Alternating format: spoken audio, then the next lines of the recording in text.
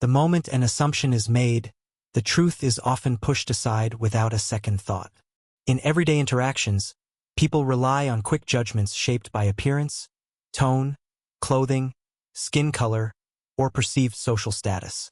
These snap decisions feel efficient, almost automatic, but they quietly construct barriers between reality and perception. When someone is labeled before being understood, everything that follows is filtered through that false image. Words are dismissed, actions are misread, and dignity is stripped away without justification. Assumptions become lenses that distort truth, turning confidence into arrogance, silence into weakness, and humility into insignificance. In those moments, the person being judged is no longer seen as an individual but as a stereotype created by someone else's limited perspective. What makes assumptions especially dangerous is how invisible they are to the people who make them. They rarely announce themselves. They hide behind phrases like, "I thought," "it seemed," or "I assumed." These words appear harmless, yet they carry the power to define how someone is treated. A well-dressed individual is offered patience, while another is questioned. One voice is trusted, another ignored. One mistake is forgiven, another is magnified. None of this is based on facts, credentials, or character, but on a mental shortcut that feels justified simply because it is familiar. Over time, these repeated shortcuts harden into beliefs, and beliefs solidify into behavior that feels normal, even righteous, to the person exercising it. Assumptions based on appearance are especially deceptive because appearance is the least reliable source of truth. Clothing can hide wealth or reveal none. Silence can signal restraint rather than fear. Calmness can indicate control rather than submission. Yet time and again, people equate loudness with authority, aggression with confidence, and dominance with importance.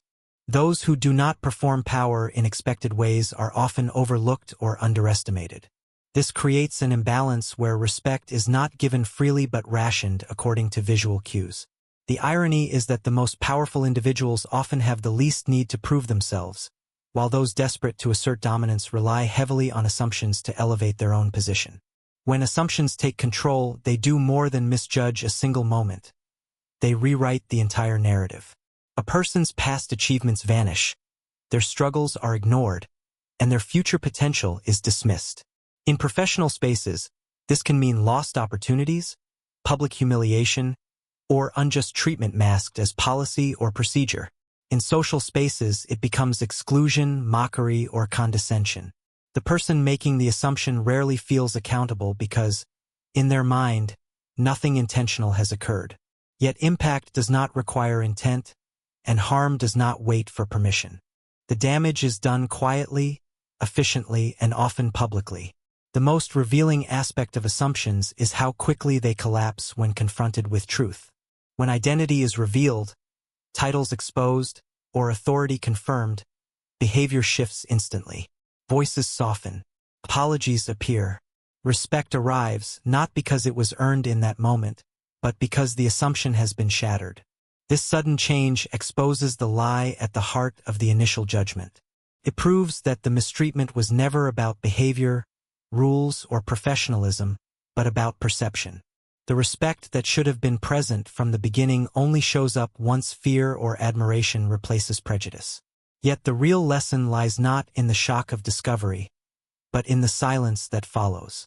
That silence is filled with realization, embarrassment, and unspoken guilt. It is the sound of a worldview cracking under the weight of truth. It forces an uncomfortable question. How many times has this happened without a dramatic reveal? How many people were never given the chance to correct the assumption because they lacked the platform, title, or moment of exposure? For every story where identity shocks everyone, there are countless others where injustice remains unchallenged and unnoticed. Assumptions based on appearance do not just blind people to truth. They train society to accept injustice as routine.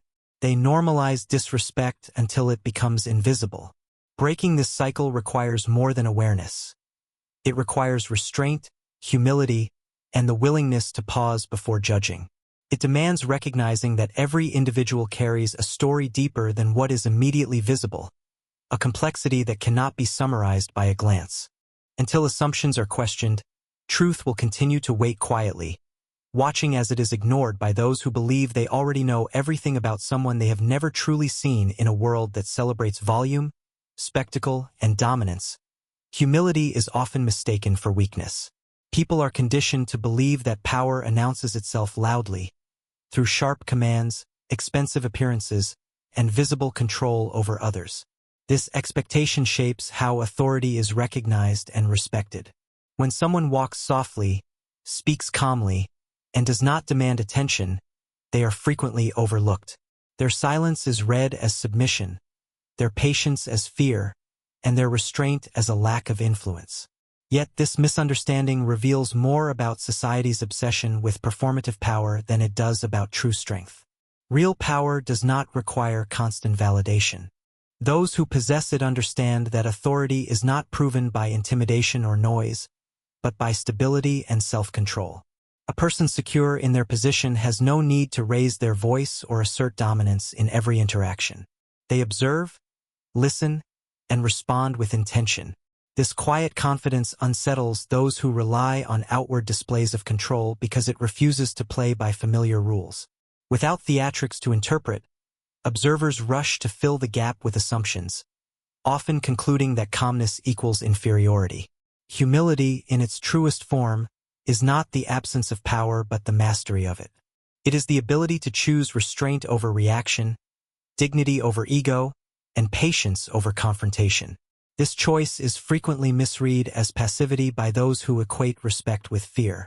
In professional environments, the humble individual may be bypassed in meetings, spoken over, or dismissed as unimportant. Their contributions are underestimated until results begin to speak for themselves. Even then, recognition is often delayed because humility does not demand the spotlight. It waits quietly for truth to surface. The irony is that those who perform power most aggressively often possess the least of it. They rely on titles, uniforms, and authority granted by systems rather than earned through character or competence. Their confidence is fragile, easily threatened by anyone who does not respond with expected deference. When confronted with calm resistance or quiet assurance, they interpret it as disrespect rather than strength. This misinterpretation fuels conflict, as they attempt to reassert dominance over someone who was never challenging them in the first place. Quiet power also carries the ability to endure disrespect without being diminished by it. This endurance is not rooted in submission but in perspective. When a person knows who they are, external validation loses its grip. Insults lose their sting, and temporary humiliation does not define identity. Observers often mistake this composure for helplessness, unaware that restraint is being exercised deliberately. The humble individual understands that reacting emotionally grants control to the offender, while silence preserves autonomy. Moments of revelation expose the truth about quiet power. When identity, position, or influence is finally revealed, the shift in behavior is immediate and telling. Those who once dismissed or disrespected suddenly become cautious, apologetic, or overly polite. This transformation highlights the superficial nature of their earlier confidence. It was never grounded in fairness or professionalism, but in a hierarchy built on assumptions. The presence of real power disrupts this hierarchy, forcing a reevaluation of attitudes that were previously unquestioned. What makes humility so powerful is its consistency. Unlike performative authority, it does not fluctuate based on audience or circumstance. It remains steady in private and public, in comfort and adversity. This consistency builds trust over time, even if it is not immediately recognized. People may not notice it at first, but they feel its impact through fairness, reliability, and measured decision-making.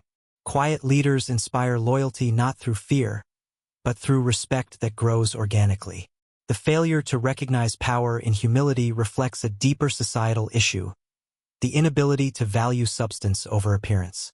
When dominance is prioritized over wisdom, noise over insight, and ego over integrity, true leadership is obscured.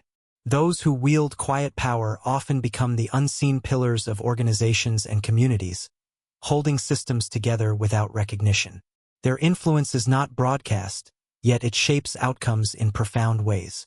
Understanding that power often hides behind humility requires a shift in perception.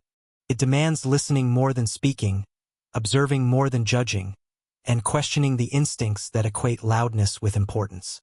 Until this shift occurs, society will continue to reward performance over principle, mistaking shadows for substance and overlooking the strength that stands calmly in plain sight. Racism is often imagined as something loud, violent, and unmistakable, yet its most common form is quiet and routine. It lives in everyday interactions where no one raises their voice and no obvious slur is spoken. It appears in subtle decisions, dismissive tones, and selective enforcement of rules. These moments are easy to ignore because they are wrapped in normalcy, disguised as policy, professionalism, or misunderstanding. Because they do not look dramatic, they are rarely challenged, allowing bias to operate freely without consequence.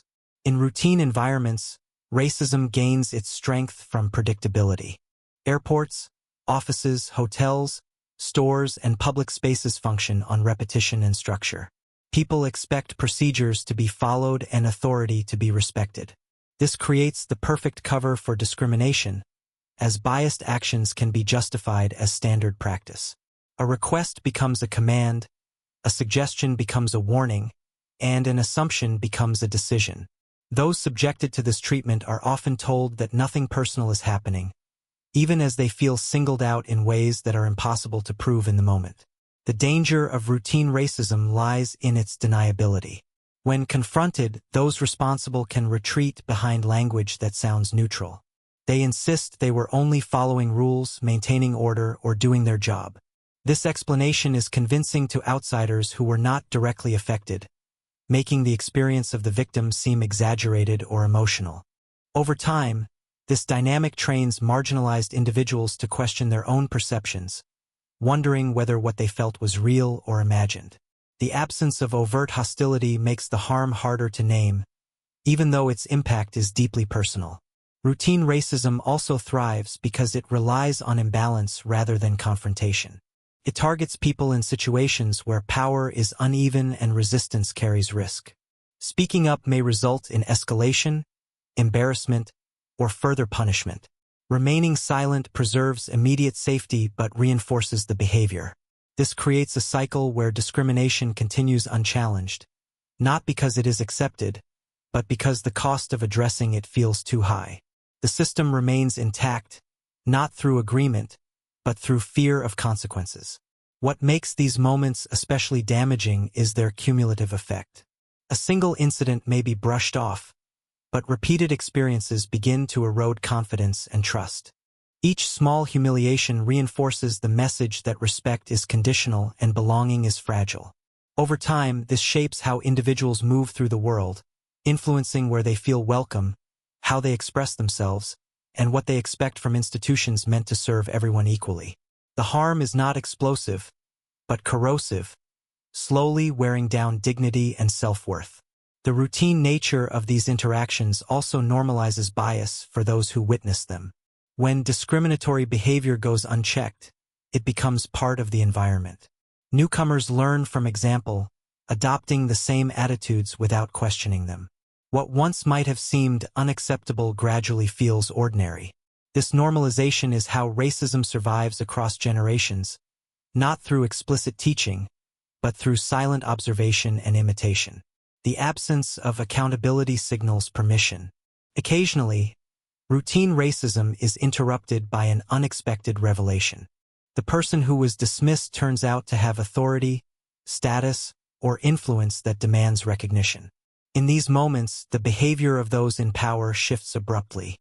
Courtesy replaces condescension, and apologies appear where none were previously offered. While this reversal may seem like justice, it exposes a deeper injustice. Respect was never absent due to rules or misunderstanding, but withheld until the individual proved they were worthy by society's biased standards. These moments of shock reveal how deeply racism is embedded in everyday assumptions. They force uncomfortable realizations about who is granted the benefit of the doubt and who must earn basic decency. Yet they are rare, and for many, the reveal never comes. The routine continues uninterrupted, leaving no viral moment or public reckoning, only the quiet persistence of inequality. Addressing racism in routine moments requires attention to what is usually overlooked. It demands questioning why certain people are scrutinized more closely, corrected more harshly, or treated with less patience.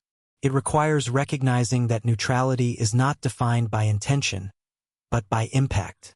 Until everyday interactions are examined with the same seriousness as headline-making incidents, racism will continue to thrive in the shadows of normalcy, protected by the comfort of routine, and the silence that follows it. Respect is often treated as a reward rather than a responsibility. In many spaces, it is distributed selectively, based on rank, wealth, appearance, or perceived importance. This conditional approach turns respect into a currency that must be earned through validation rather than a baseline that should be freely given. When respect becomes transactional, it loses its moral foundation and transforms into a tool of control. People begin to measure how much dignity someone deserves before deciding how to treat them, creating invisible hierarchies that govern everyday interactions. Tying respect to status encourages shallow evaluations of worth. Titles, uniforms, and outward symbols of success are mistaken for indicators of character. Those without visible markers of authority are often treated as expendable, spoken to sharply, ignored, or dismissed. This behavior is rarely acknowledged as disrespect because it aligns with unspoken social norms. The assumption is that certain people are entitled to courtesy while others must prove themselves first. This mindset erodes the idea of shared humanity and replaces it with a system where value is externally assigned. When respect is conditional, it becomes unstable. The moment someone's status is questioned or unknown, their treatment changes. Politeness fades, patience shortens, and empathy disappears. This instability reveals that the respect being shown was never genuine, only strategic. It was offered not out of recognition of another person's dignity, but out of fear, obligation, or expectation of benefit. Once those incentives vanish, so does the courtesy. This creates environments where people are constantly assessing their position, unsure of how they will be treated from one moment to the next. The consequences of conditional respect are especially severe for those who already face systemic bias. When race, gender, or appearance influences how status is perceived, entire groups are denied basic decency as a default. They are required to overperform, overexplain, and overcompensate simply to be treated neutrally. This constant burden is exhausting and dehumanizing. It sends a clear message that respect is not a right, but a privilege granted only when societal expectations are met. Unconditional respect, by contrast, does not depend on recognition or reward. It is rooted in the understanding that every person deserves dignity regardless of their position. This form of respect sets a standard that does not fluctuate with circumstances. It guides behavior even when no one is watching and no advantage is gained. Practicing unconditional respect requires humility, as it means relinquishing the power to judge someone's worth based on external factors. It challenges deeply ingrained habits of comparison and hierarchy. The failure to offer unconditional respect often reveals insecurity rather than authority. Those who withhold courtesy until status is confirmed are protecting their own sense of superiority. They fear extending dignity to someone they perceive as lower, as if respect were a finite resource that could diminish their own standing. In reality, respect is not depleted by generosity. It is strengthened by consistency. Treating everyone with dignity reflects confidence, not weakness. Moments when identity or status is suddenly revealed expose the hollowness of conditional respect. The abrupt shift in tone and behavior is a silent confession. It acknowledges that earlier treatment was unjustified and driven by assumption rather than principle. Apologies may follow, but they cannot erase the truth that respect was contingent, not inherent. These moments are uncomfortable because they force recognition of bias that was previously invisible to the person displaying it. Building environments grounded in unconditional respect requires intentional effort. It means establishing norms where courtesy is expected regardless of who is present. It involves holding people accountable not only for overt misconduct, but for subtle patterns of dismissal and condescension. It also demands self-reflection, as everyone carries unconscious biases shaped by culture and experience. Recognizing these biases is not an admission of failure, but a step toward fairness. When respect is no longer tied to status or identity, interactions become more honest and humane. People are free to exist without constantly proving their worth. Authority becomes less about dominance and more about responsibility. In such spaces, dignity is not negotiated or revealed at the last moment, but assumed from the beginning. Shaping a culture where equality is practiced rather than proclaimed authority is often justified as a necessity for order, structure, and efficiency. In theory, it exists to guide, protect, and serve. Yet when authority operates without empathy, it shifts from guidance to control, from leadership to dominance. Rules become rigid weapons rather than flexible tools, and power is exercised without consideration for human impact. In these moments, authority stops serving people and begins demanding submission, creating an environment where compliance matters more than dignity. Empathy is what gives authority its legitimacy. It allows those in power to recognize the difference between enforcing rules and enforcing fairness. Without it, decisions are made in isolation, detached from context and consequence. A policy may be technically correct, yet morally wrong when applied without understanding. Authority figures who lack empathy often hide behind procedure, insisting that their actions are justified simply because they are permitted. This reliance on rules as shields removes accountability and replaces judgment with convenience. When empathy is absent, authority becomes impersonal and cold. Individuals are reduced to problems to be managed rather than people to be understood. Tone hardens, patience disappears, and communication becomes transactional. Requests are delivered as commands, and questions are treated as challenges. In such environments, fear replaces trust. People comply not because they respect authority, but because they fear retaliation or humiliation. This fear-driven compliance may create short-term order, but it breeds long-term resentment and disengagement. Oppression does not always announce itself through force. Often, it emerges quietly through repeated acts of disregard. A voice ignored, a concern dismissed, a boundary crossed without acknowledgement. These small moments accumulate, teaching individuals that their feelings and experiences are irrelevant. Authority without empathy conditions people to accept mistreatment as normal. It trains them to lower expectations and silence themselves to avoid conflict. Over time, this normalization of disrespect erodes self-worth and agency.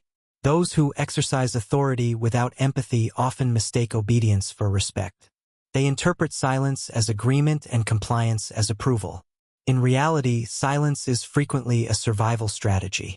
People learn that speaking up invites punishment, not dialogue. The absence of resistance becomes evidence, in the mind of the authority figure, that their behavior is acceptable. This misinterpretation reinforces oppressive patterns, as unchecked power grows more confident in its righteousness. The lack of empathy also distorts perception. Authority figures may convince themselves that they are impartial, even as their actions disproportionately harm certain individuals or groups. Without empathy, they fail to see how their tone, assumptions, or decisions are shaped by bias. They may genuinely believe they are treating everyone equally while ignoring unequal outcomes. This blindness allows oppression to persist under the guise of neutrality. Empathy does not weaken authority. It strengthens it. It introduces perspective, reminding those in power that rules exist to serve people, not the other way around. Empathy encourages listening before reacting and understanding before enforcing. It allows authority to adapt to complexity rather than forcing reality to conform to rigid expectations. Leaders who practice empathy command respect not through fear, but through fairness and consistency.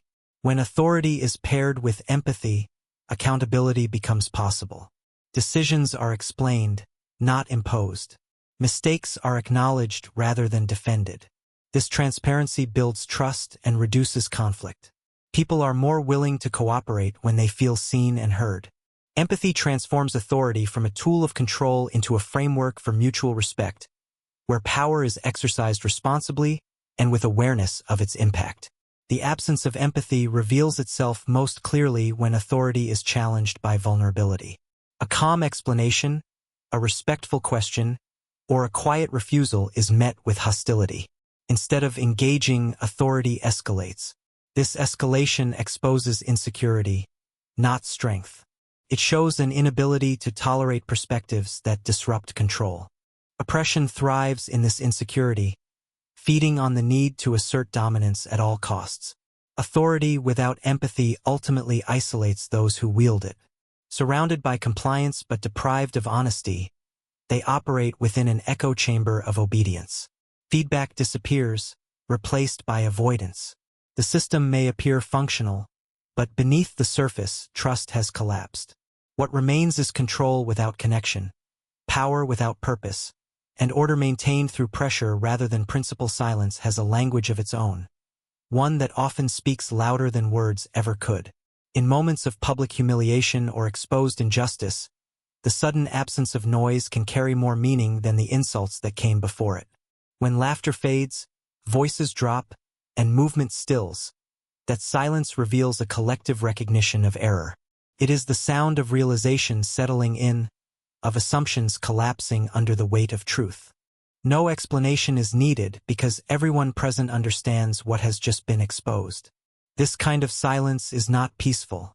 It is heavy. It fills the space with discomfort and unspoken acknowledgement.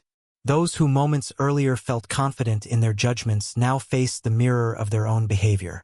The quiet becomes a refuge and a punishment at the same time. It offers a pause to process shame, yet it also traps individuals in awareness of their wrongdoing. In that stillness, excuses have nowhere to hide, and justifications lose their power. Silence after revelation exposes the fragility of prejudice.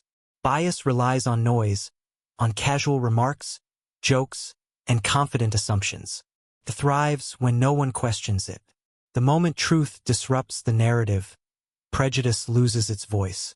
People who once felt entitled to judge suddenly struggle to speak, not because they have nothing to say, but because anything said would confirm their guilt. The quiet becomes an admission that what happened was wrong, even if no apology is voiced. For those who were disrespected, this silence carries a different meaning. It is validation without celebration, justice without triumph. There is no satisfaction in watching others realize their mistake, only a quiet affirmation that the mistreatment was never deserved. The silence acknowledges dignity that was denied earlier. It confirms that the individual's calm endurance was not weakness, but strength. In that moment, the absence of laughter restores balance more effectively than any confrontation could. This silence also serves as a lesson to observers. Teaches without instruction. Witnesses learn how quickly confidence can turn into embarrassment, how authority can dissolve when built on false assumptions. The lack of words forces reflection, as there is no narrative to distract from the truth. Each person is left alone with their thoughts, confronting their role in what occurred, whether as a participant or a bystander. Yet silence is not resolution. While it reveals awareness, it does not guarantee change. Many people leave such moments carrying discomfort without transformation. They may recognize the mistake but fail to examine the beliefs that led to it. Silence can become a temporary pause before returning to familiar patterns. Without intentional reflection, the lesson fades, and the behavior repeats itself in another setting with another person under similar assumptions. The power of silence lies in its potential to disrupt, but its impact depends on what follows. It can be the beginning of accountability or the end of a momentary embarrassment. Choosing the former requires courage, humility, and willingness to confront uncomfortable truths. It demands that individuals move beyond private shame toward conscious change. Otherwise, silence becomes another form of avoidance, a way to acknowledge wrongdoing without addressing it. Silence also highlights the imbalance of who is expected to speak. Often, the burden of explanation falls on the person who was wronged, while those responsible retreat into quiet. This expectation reinforces injustice, as it shifts responsibility away from those who caused harm. True accountability requires breaking that silence, not with defensiveness, but with ownership. Speaking after silence should not be about self-preservation, but about repair. In its most honest form, silence strips away performance. There are no rehearsed responses, No polished excuses, no audience to impress. What remains is raw awareness. It is uncomfortable, but it is truthful. This is why silence after revelation feels so powerful. It removes the illusion of innocence and replaces it with clarity. Everyone knows what should have happened and what did not. When no one is laughing anymore, the absence of sound becomes a record of the moment. It lingers longer than words, embedding itself in memory.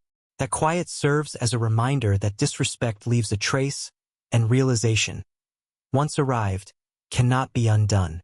The silence stands as proof that dignity does not need to shout to be restored, and truth does not need noise to be heard.